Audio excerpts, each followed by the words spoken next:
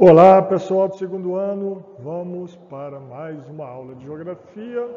Estamos falando sobre o Estado moderno e dessa vez iremos comentar ou tentar chegar à conclusão, compreender um pouco esse papel de soberania. Vocês já estudaram isso, olha aqui, nosso mundo girando é porque nós teremos aula de geografia. Só para lembrar, nós estamos na sequência didática número 9. Material, grande parte está no livro. O livro é importante a leitura. Não deixe de ler o livro, né? Principalmente essas páginas que eu já coloquei aqui no slide. Os slides não substituem uma boa leitura no livro. Então, na aula passada, né, já passei esse conceito, né, que os países em todo o mundo, eles têm formas políticas e ordenamentos jurídicos os mais diversos. Uns mais parecidos com o nosso, outros bem diferentes, que você às vezes pode até se assustar, mas é dentro da cultura, dentro da tradição, da história de cada país. Já falei que quando acontece alguma coisa num país, nossa, como é que isso é possível? Você tem que entender a dinâmica, né, das formas políticas e do ordenamento jurídico. Porque cada país, né, dentro das suas fronteiras políticas, na sua limitação aí de território, ele tem a soberania, então ele pode fazer dentro das regras, né, das formas existentes de política, ele que faz as regras, ele que faz o ordenamento jurídico.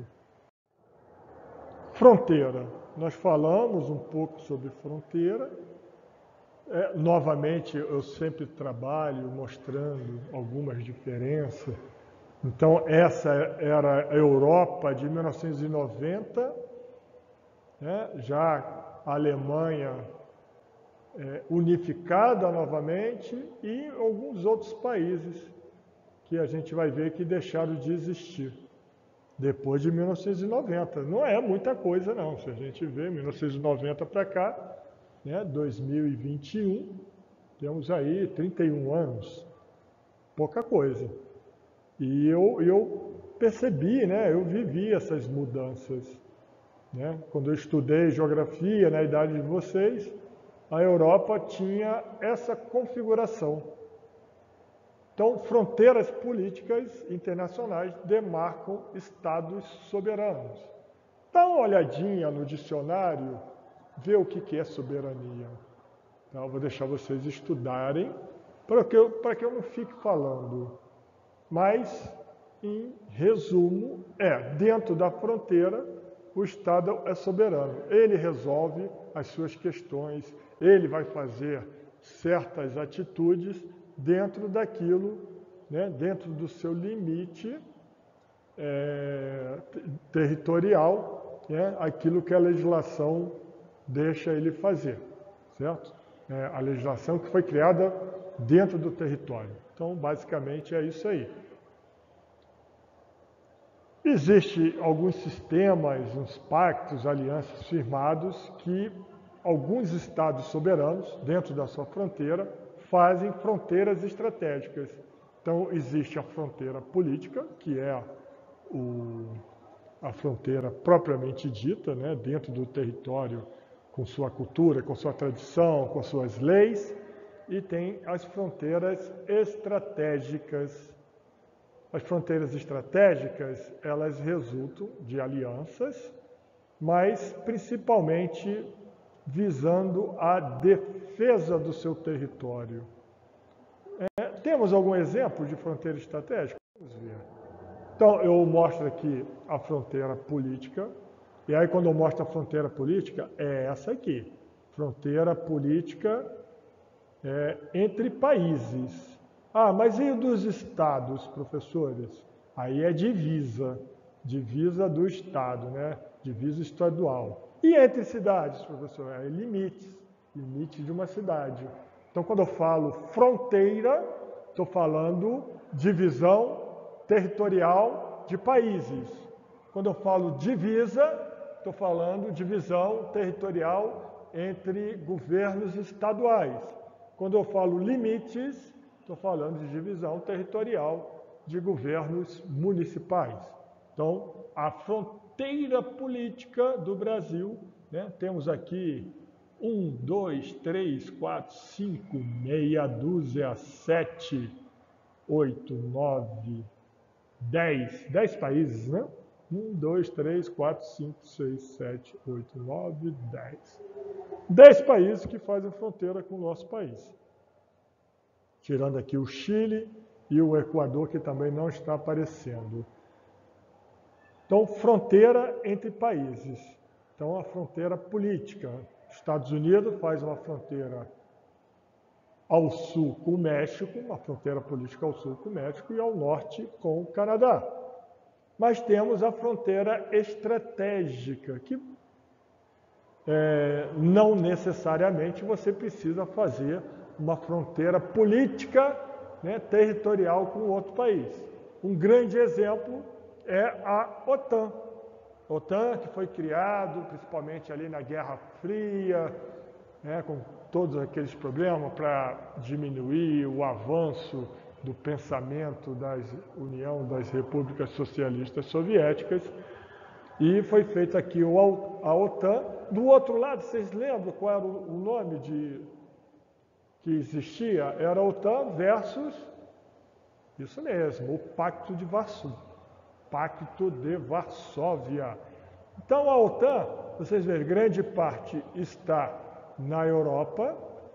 A gente vê aqui, a Noruega faz parte da OTAN, mas em compensação a Suécia e a Finlândia não fazem, a Suíça e a Áustria também não fazem parte da OTAN, certo? Estados Unidos e Canadá, né, não fazem nem parte da Europa, mas fazem parte da OTAN. Então são a fronteira estratégica. E para que visa isso aí? A defesa, certo? Então tem exércitos, principalmente americanos, nesses países, com bases militares, todas aquelas confusões que vocês já devem ter estudado. Se não estudaram, vão estudar ainda no terceiro ano. Ok? Então vamos lá. Organização do Estado Nacional. Então, o Estado, né, já estudamos que cada um tem a sua forma, tem instituições executivas, legislativas, judiciárias, aquela ideia do Montesquieu lá na Revolução Francesa, e que regula a vida política de cada sociedade no interior do seu território, certo? Então, umas o executivo é muito mais forte, outras o judiciário, o legislativo, aí depende de cada país. Agora, todas elas têm uma Constituição, tem uma Constituição que é mais liberal, tem uma Constituição que é mais detalhada, tem Constituição que ela é mais genérica, depende do histórico, depende da tradição de cada país. E a Constituição, ela define os direitos e deveres dos cidadãos, certo? Tem Constituição que, vamos dizer, coloca mais direitos do que deveres, e aí gera algumas confusões, ou mais deveres do que direitos. O ideal é quando tem o meio termo. A sede do poder político é a capital, então, capital do Brasil, Brasília, capital da França, Paris, capital da Argentina, Buenos Aires, certo? E tem a função de abrigar todos os órgãos centrais do Estado. Vocês podem ver que aqui, todos os órgãos centrais dos ministérios, está tudo concentrado aqui na cidade de Brasília. Se for numa outra cidade, você vai perceber, vai ter essa visão. Às vezes, a capital, ela se confunde um pouco com a capital turística, tipo Paris. né, que tem toda uma parte turística, né, Londres, né, aqui no Brasil é separado. Brasília ela foi montada para assumir essa parte administrativa. Um exemplo bacana, a Austrália tem Sydney, que é uma cidade turística muito conhecida, mas a parte administrativa é a cidade de Canberra. E algumas formas mais difundidas na organização do Estado. Nós temos o Estado unitário, a federação e a confederação. Vamos dar uma olhada em cada uma delas. Então vamos lá? Estado unitário não admite partilha da soberania, então fica tudo concentrado num poder central, não é dividido, é um território único. As unidades regionais não possuem legislação própria, né, como aqui no Brasil. Dirigentes limitam-se a exercer funções administrativas, porque a parte de representação internacional fica tudo concentrado num só, ou numa pessoa, ou num líder, certo?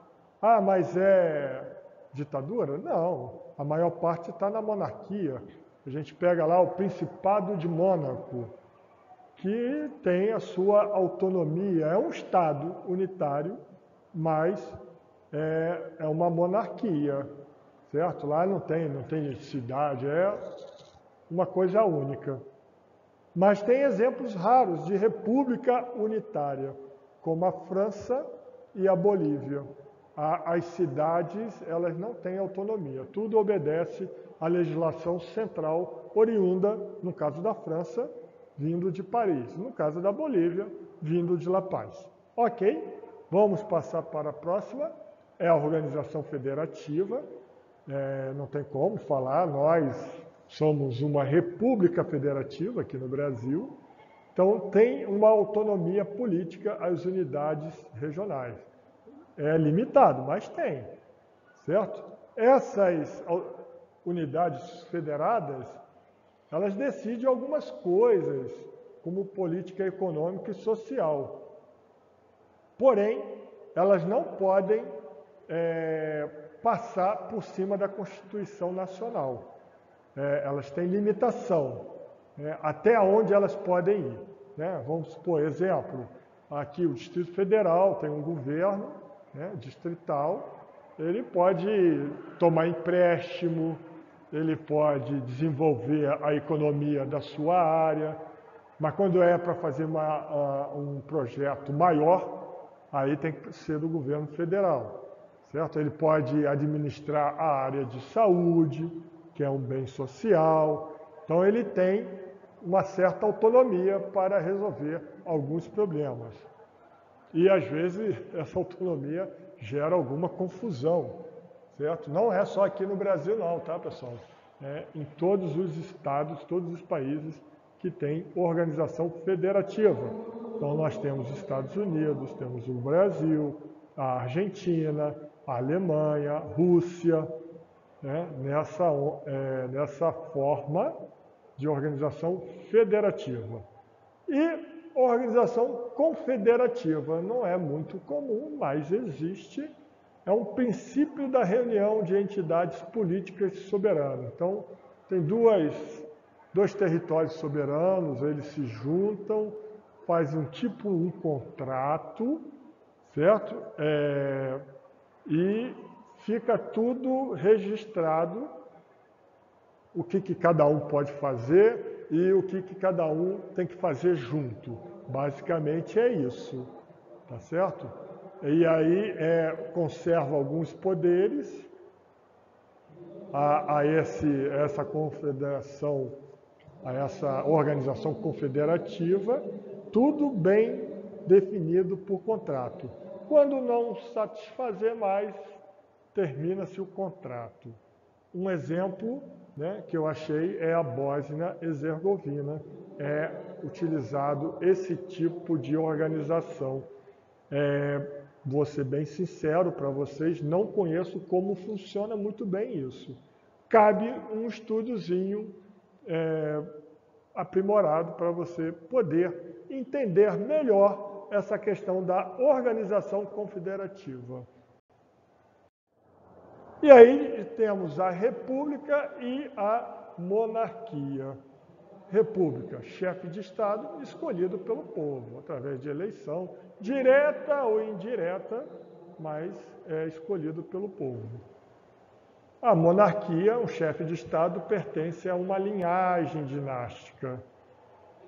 Na república, ela pode ser presidencialista, e aí a figura do presidente é uma figura muito forte, ou pode ser parlamentarismo. A figura do presidente não é tão forte assim, e aí surge a imagem ou a figura do primeiro-ministro como chefe do governo. Ele que vai direcionar as atividades da economia, da política, da defesa, e o chefe de Estado gerencia mais uma representação, não tem tanta força política, mas ele pode representar o Estado em atividades internacionais.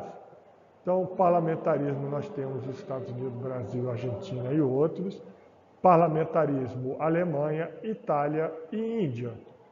A monarquia são grande parte atualmente monarquias democráticas, adotam esse regime parlamentarista. Um grande exemplo é o Reino Unido, né, com sua família real e com as suas atividades bastante limitadas, até mesmo na parte política. Temos a Espanha, a Suécia, o próprio Japão, que tem esse viés, né, essa forma de regime, monarquias democráticas. Eu acabei não falando sobre outros tipos de regimes, tipo ditadura, porque não vem o caso. Né? A ditadura, ela, vamos dizer assim, eu não posso, tem repúblicas ditatoriais, né, que através de força do exército ou de uma pequena elite se mantém no poder. Ou, no caso também, uma elite eclesiástica, como tem em vários países da Ásia. Então, são formas muito contundentes e que não vou comentar sobre esse assunto aqui. E aí eu volto novamente à Europa de 1990, com seus países, e o mapa da Europa atual. Vocês vejam que surgiram alguns países interessantes, né? Ucrânia, Bielorrússia, tem outros países aqui pequenininhos, essa área aqui, né? Que era antiga Iugoslávia. Está dando para enxergar? Não? Então vamos lá, vou melhorar essa imagem. Então a Iugoslávia, ela se transformou em vários outros países, principalmente depois da década de 90, né? Foi uma divisão conflituosa, porque dentro da Iugoslávia existia, logo depois da Segunda Guerra Mundial, o general Tito, que por meio de muita força conseguia ter uma coesão, né, do Estado da Iugoslávia. Após a morte do general Tito, começou a questão das divisões. Então, separou aqui Sérvia, Bósnia, Croácia, Eslovênia, Montenegro, Macedônia, o Kosovo. Isso tudo entrou num conflito entre 92, 96 e depois foi resolvido. Mas não, teve muita gente morta aí nesse conflito. Para você entender como uma separação, um fim de um Estado funciona, não é porque eu gosto de basquete não, tá, pessoal? Mas é muito interessante quando você vê esse documentário. Eu já vi que tem grandes partes no YouTube. Ele aproveita para falar sobre basquete porque no final da década de 80, início da década de 90, a Iugoslávia tinha um time de basquete muito forte.